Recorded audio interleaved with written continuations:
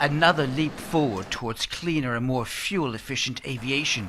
This A340 took off from Toulouse on a beautiful fall day on its first test flight with totally newly designed wings that could eventually revolutionize air travel. The project, called Blade, is a European Union-backed program to find ways of making flying even cleaner. Engineers from Airbus and its partners have been huddled together since 2008, developing the new wings called laminar wings, similar to what you get on gliders to reduce wing drag. We are standing here in the A340 that has been modified for Blade project. And the target of Blade project is to bring into the air a new type of wing called the laminar wing, which aims at reducing aircraft drag and therefore fuel burn and fuel pollution. The wing drag is the fact that when you fly, the air is trying to slow you down, same as when you drive your car. And this is why we need engines on our aircraft to keep them going on. The less drag, the less power we need, and the less fuel consumption.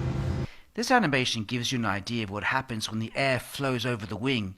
Initially, it goes in a straight line, but then disperses in waves a little like a candle's fumes. The flow is turbulent, which leads to drag. The idea is to make the wind flow smooth and more efficient. The long-term aim of the Blade project is to reduce fuel burn by as much as 5%. For the aviation industry, that would be great news, especially when you consider that fuel can be up to 40% of an airline's operating costs. Generally speaking, the fuel burn is really important for the airlines. This is a major part of their overall cost structure for operating our aircraft. So any solution that helps reducing this cost is very important, I guess, for them and so for us. For the next 18 months, the team behind the Blade project will analyze all the data from the flights on the A340 to get as close to that 5% reduction as possible. This instrumentation is looking at the wing, at the pattern on the wing, and the important thing is its reflection, which you see here. By looking at this reflection, we are able to see the status of the wing surface. Those lines here are not perfectly straight.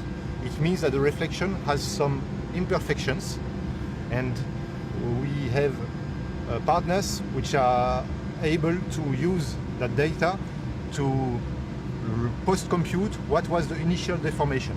And this is very important to know what is the surface state of the wing and to understand the aerodynamic flow, which is then above. While the Blade project is relying on the A340 for the tests, Airbus has far greater ambitions. Indeed, the first objective for this type of technology is an introduction on single-aisle type of aircraft. But over the long term, this is also our intention and ambition to deploy laminar flow on long-range type of aircraft, such as A350 or A380. But this will require some extrapolation of these results, but also some further technology development, because there are technical specificities with long-range aircraft, higher speeds, that require some additional technology development. And we are working on this also. You saw these laminar wings here first, but within 15 years from now, they could be commonplace on your journey.